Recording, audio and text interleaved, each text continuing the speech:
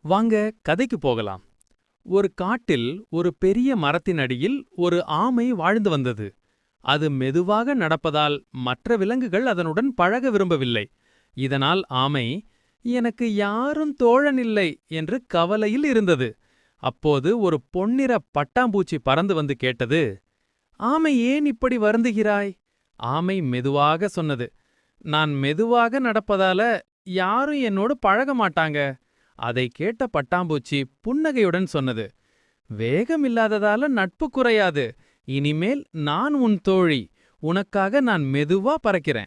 அது ஆமையின் மேல் அமர்ந்து இருவரும் மகிழ்ச்சியாக காட்டு வழியே சென்றனர். அதைப் பார்த்த மற்ற விலங்குகள் ஆச்சரியப்பட்டன. அன்றிலிருந்து ஆமையும் பட்டாம்பூச்சியும் பிரியாத நண்பர்களாக வளர்ந்தார்கள். நட்புக்கு வேகம் முக்கியமில்லை, மனசிருந்தால் போதும். கதை பிடித்திருந்தால் லைக் பண்ணுங்க, கமெண்ட் பண்ணுங்க, ஷேர் பண்ணுங்க, சப்ஸ்கிரைப் பண்ணுங்க.